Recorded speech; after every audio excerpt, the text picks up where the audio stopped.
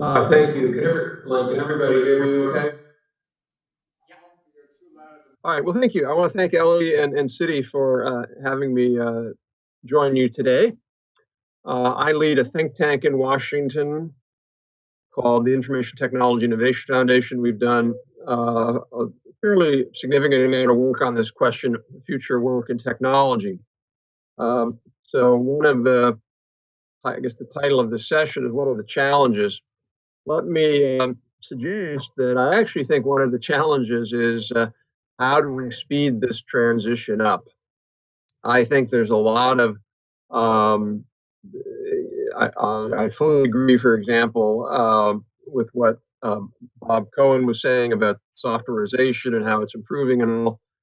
But a lot of people have a too much of a techno utopian view of just how fast this transition is going to go and just how powerful software is. And, software is going to be so powerful, it can do everything, it's magical. Autonomous cars will be here in a couple of years and there'll be no more taxi drivers. And I really think that's just way, way too fanciful.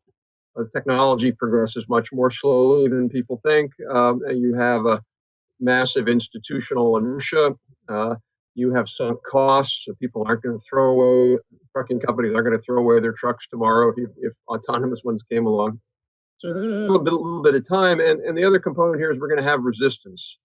There are going to be groups and individuals, and we're already seeing that today, who are bemoaning this transition to what you could call a more connected, autonomous, and smart or intelligent world.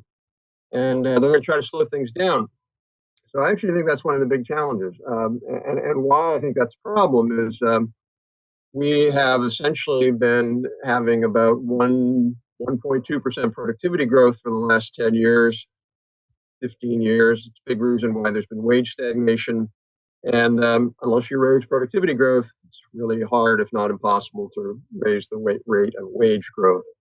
So I'm going to talk a little bit about kind of I think there's two big issues here. One is, are there going to be enough jobs? And the second is, are we going to uh, how is the occupational market, labor market going to change? I just simply don't think we should worry about how are we going to have enough jobs. For the simple reason that when companies or any organization uses technology to automate, there are savings that are generated. Those savings get recycled into the economy through lower prices or higher wages or even higher profits. That money gets spent. People spend it on new things, and those new things create jobs that have to be done. So even when you look at some of the estimates, OECD estimates that in 15 years, we'll lose about 15% of US jobs to automation. That's frankly, a very low number. ITIF did our own analysis. We estimated 20%. McKinsey Global Institute for 25%. These aren't massive numbers. So I think that's important to recognize. I think what's much more interesting about this question is not are we going to have a massive loss of jobs, but sort of where we expect technology to have the biggest impact from a demographic and labor market perspective. So we did a study or a report for the G7 ministerial recently in Montreal on this question, where they brought together innovation and labor ministers. And one of the things that we did is we looked at there is one study that we may have all heard of by Osborne and Frey at Oxford. It's sort of iconic now. Everybody cites it. 47% of jobs will be eliminated in 20 years. I really think it's a vastly over optimistic or overly pessimistic study, however you want to look at it. As I said, I think the rate will be lower. But they did do a useful thing of classifying all, whatever, 600 or so US occupations into the risk of automation. We did the same thing at ITIF, did an analysis. And when you then look and match that up with a bunch of different demographic information, you get some very interesting correlation coefficients. For example, on gender, there really appears to be no sort of gender bias here, if you will, here. The Oxford study suggests that women are a little bit more likely to be affected. Our study suggests men are a little bit more likely to be affected with technology-related job loss. I would sort of look at that as kind of a wash. It's not really all that significant. Age, there appears to here's where there was a common coefficient between both. Turns out that there's a modest correlation, negative about zero point 0.1, between age and a risk of layoff. So younger occupations that are on average have younger ages of workers have a slightly higher risk of automation and layoff. Generally, that's a good thing. Younger workers have less, they don't have a mortgage. They don't often, I shouldn't say they don't, they are less likely to have a mortgage, less likely to have kids, more likely to be flexible and amenable to making changes that older people would have a much harder time with. So that's good. When you look at race, there's a modest positive correlation between the risk of layoff and the share of jobs in an occupation held by non-whites, essentially zero point 0.2 to 0.27, which again would on the surface is quite problematic. Non-whites, particularly Latin America, Latino workers, and African American workers tend to have lower skills. There can be discrimination in labor markets that obviously can make it harder for them to adjust. However, and this is the next point, when you control for wages and education level and put that into a regression model, that coefficient becomes insignificant. So it's not race that's the factor here; it's skill levels and wage levels. And Hispanics and blacks tend to be a higher percentage in lower wage and lower skilled jobs. So when you look at lower skilled, when you look at that relationship, what you find is a very strong relationship between the average wage of an occupation and the risk of automation, a negative relationship, a negative 0.59 for Oxford, and negative 0.52 for ITIF. Same thing with average years of schooling. So an occupation that requires more years of schooling has a lower risk of automation than an occupation that requires less schooling.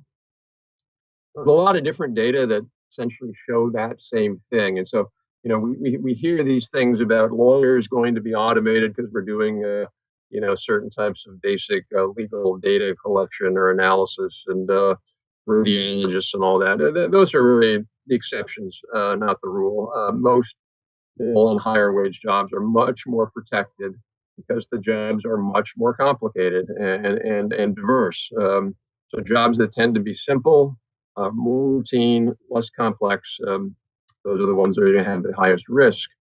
Now, the question is that a good thing or a bad thing? I would argue actually that it can be a very good thing. I think I heard Lynn Moverman say that the fastest growing job category is low skill, which is certainly true in the US. Um, we can and should have a higher minimum wage in the US, but there's only so much one can do or public policy can do to make low skill and low wage jobs better jobs. There's a limit. Um, and so, if the next automation and technology wave has a disproportionate impact on lower wage and lower skilled jobs, what that by definition means is that the um, occupational categories will shift in the U.S. economy to there'll be a higher share of middle and higher wage jobs in 10 years or even 20 years, assuming no other factors. It's just automation and technology. That's a good thing if you are a low skill worker because it means that you have a much higher chance of not being in a low skill, low wage job. You have a higher chance of getting into a middle wage or a middle skill job. Now, obviously, the big challenge is, are there going to be enough workers who can transition effectively into those jobs? According to the Department of Labor in the U.S., somewhere between 15 and 20% of U.S. workers are overskilled today. I think about my Uber driver who was getting her PhD. Obviously, she may be driving an Uber when she gets her PhD, but there are a lot of people who have reasonable levels of education who are in lower skill jobs because there are simply not enough jobs to match their skill levels. And so I think those people should have a reasonably okay time as technology gets rid of more bad jobs, if you will. Um, I think the big challenge, really, and I'll just close on this, is we need to do a much better job of skills development and workforce dislocation policies so that workers can make transitions. There's a lot of talk about couple of things. One is 21st century generic skills, um, and teamwork, analytics, things like that, but also what some call double deep skills, having both skills in data or some kind of a data computer science skills or computer programming skills or whatever, and then some other set of skills like graphic artists or accounting or whatever. I think that's one. And then the second area, just say, is we do a very poor job, if not perhaps one of the worst jobs in the OECD of assisting workers who do lose their job through no fault of their own. Our unemployment insurance systems are anemic. Our training systems, both prior to and post layoff, are anemic. And our tools to help workers assess their skills, figure out career navigation, workforce placement, et cetera, are also anemic. And so if we're going to have a policy where we say we like this transition, we want to go forward with it, it's in my view irresponsible to not have that accompanied with a much more robust policies to help workers make transitions, rather than the alternative, which would be to resist and avoid those transitions, which ultimately will be to the good for all of us. So, thank you.